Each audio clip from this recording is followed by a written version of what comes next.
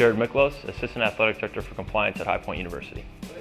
My main responsibility is to deal with the rules and the regulations for our institution in terms of our student athletes, our staff, our administration, and anybody on campus and anybody associated with our campus, including boosters, alumni, etc.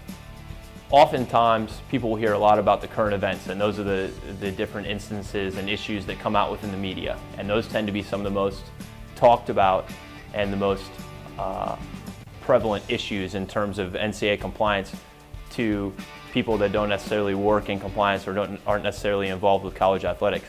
And although that is very important, it is more important what we do on an everyday basis to prevent those types of situations from happening. So here at High Point, it's really my job to educate all of our staff, our student athletes, and anyone who's associated with our institution. And then it's my job to implement policies and procedures that will help people understand what it is that we're trying to accomplish to prevent ourselves from really making the news. I'll work with 3 different bodies. I'll work with our institution to make sure that we're following institutional standards.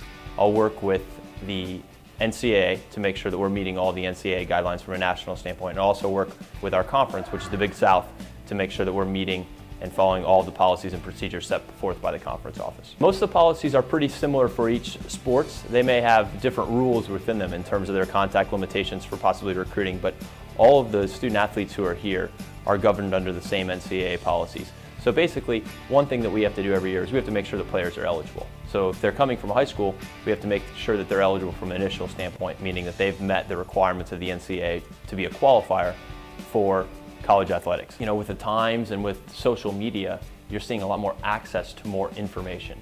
Therefore, more of these issues, which are still governed under the same guidelines, are becoming exposed.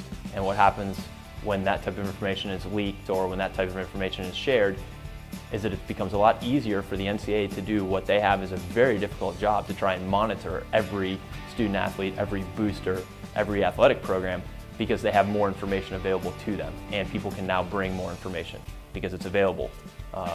So that may seem like our main goal, and it is, but really our goal is to make sure that we're running a efficient program that operates within the rules to absolutely every detail, so that we're not having violations, which can sometimes be made light of with the media and some of the different issues that you're hearing, you know, not only in this state but around the country right now.